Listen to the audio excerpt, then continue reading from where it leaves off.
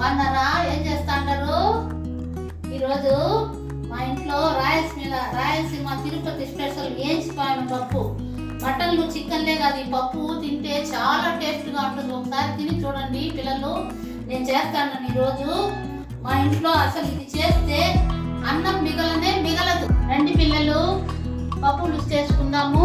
పప్పు పులుసుకు కావాల్సిన పదార్థాలు: 150 గ్రాములు కందిపప్పు, ఒక చిన్న సైజు ఎర్రగడ్డ, ఒక 6 ఎండుమిర్చి, ఒక చిన్న టమోటా, ఒక నిమ్మకాయ సైజు ఇంత చింతపండు, కొద్దిగా మెంతులు, 1 టీ స్పూన్ మెంతులు. మీకు క్వాంటిటీ ఎక్కువ కావాలంటే కందిపప్పు ఎక్కువ వేసుకోవచ్చు. మేము కొద్ది మందే కాబట్టి కొద్దిగా వేసుకున్న పప్పు. మీకు కావాల్సింది ఇంకొంచెం ఎక్కువ ఎండుమిరపకాయలు, పప్పు, ఎర్రగడ్డ అన్నీ వేసుకొని చేసుకోవచ్చు. నేను కొద్దిగా మంది కాబట్టి కొద్దిగా చేసుకుంటాను. ఇప్పుడు చూడండి ఫ్రెండ్స్, రాండి చేద్దాం. గ్యాస్ పెట్టుకొని ఉండాం పెట్టుకొని నూనె వేసుకోవాలి. నూనె ఒక 4 స్పూన్లు ఇది అలా పోసుకోవాలి.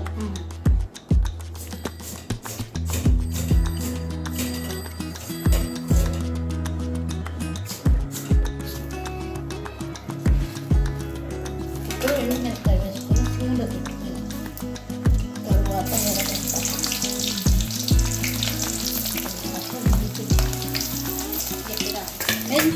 తర్వాత మెంతులు వేసుకొని ఇక్కడ ఇంగువ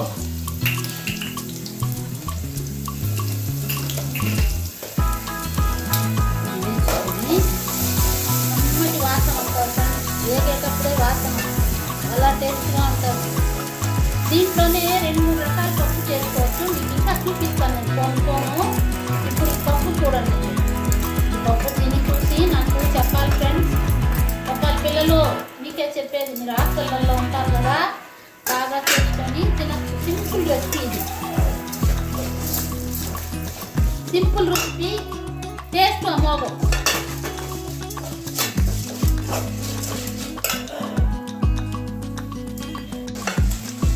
ఇది రాయలసీమ స్పెషల్ ఫ్రెండ్స్. ఈ పప్పు చాలా టేస్ట్గా ఉంటుంది. పప్పు బాగుంటుంది. దీనికి చికెన్ ఫ్రై అయినా మటన్ ఫ్రై అయినా ఏదైనా ఈ పప్పుకి ఏదైనా మ్యాచింగ్ అయిపోతుంది. అంత టేస్ట్గా ఉంటుంది ఈ పప్పు. కూరగాయలే కాదు, మటన్, చికెన్లు ఏదైనా బాగుంటుంది ఈ పప్పుకి. అసలు ఈ పప్పు వేయించుకునేసి నల్ల ఊరుకు మటన్లో చేసుకొని తింటే ఫ్రెండ్స్, అబ్బా స్వర్గమే. దాని ముందర స్వర్గమే. ఆహా ఎంత రుచిగా అయిపోయింది పప్పు. ఇప్పుడు నీళ్ళు వేసుకోవాలి.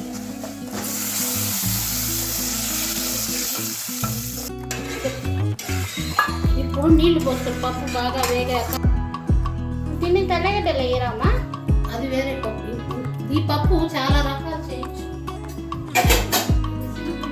ఇంకా 5-6 రకాల్లో చూపిస్తాను నేను తర్వాత.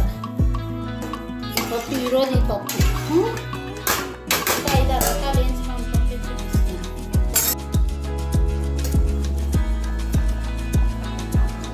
పిల్లలు పప్పు ఉడికింది. ఇప్పుడు టమాటా చింతపండు వేసుకొని ఒక 10 నిమిషాలు మళ్ళీ ఉడకనివ్వాలి. చింతపండు టమాటా ఉడకాలి కదా. అందువల్ల 10 నిమిషాలు ఉడకనివ్వాలి. 10 మినిట్స్ లేకపోయినా 5 మినిట్స్ అయినా ఉడకనిస్తే 5 నిమిషాలు. పిల్లలు, పప్పు బాగా ఉడిపోయి కమ్మటి వాసన వస్తుంది. వాసనకే అన్నం తినేయాలనిపిస్తుంది. కొని పాముకున్నాక తినేటప్పుడు చూపిస్తాను. ఏం పని చేస్తున్నాను, తిప్పే తినేసేయచ్చు. పాముకునే తిప్పే వేసుకుని రుచికి తగిన పిల్లలు. మా ఇంట్లో కట్టి ఇరిగిపోయిన తేవాలి. పప్పు రెడీ. మీకు చిక్కగా కావాలంటే నీళ్లు తగ్గించుకోవచ్చు. నీళ్లు కావాలంటే మేము కొద్దిగా నీళ్లుగానే తింటాము, అందువల్ల కొద్దిగా నీళ్లు పోసుకుంటాం. మీకు చిక్కగా కావాలంటే చిక్కగా చేసుకోవచ్చు. ఎట్లయినా తినచ్చు అన్నమాట. ఎంత బాగుంటుందంటే ఈ పప్పు.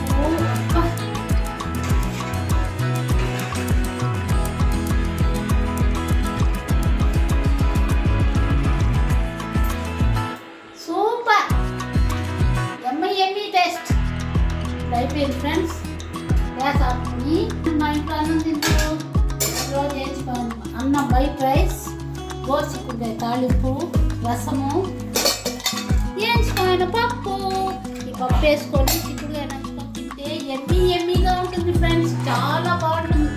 దీనికి మామిడికాయ ఊరగాయ ఇంకా టేస్ట్గా ఉంటుంది. అన్నంలో పప్పులో వేసి పిసుకొని తింటా ఉంటే నా సామిరంగా స్వర్గం ఎందుకులే, ఎంత టేస్ట్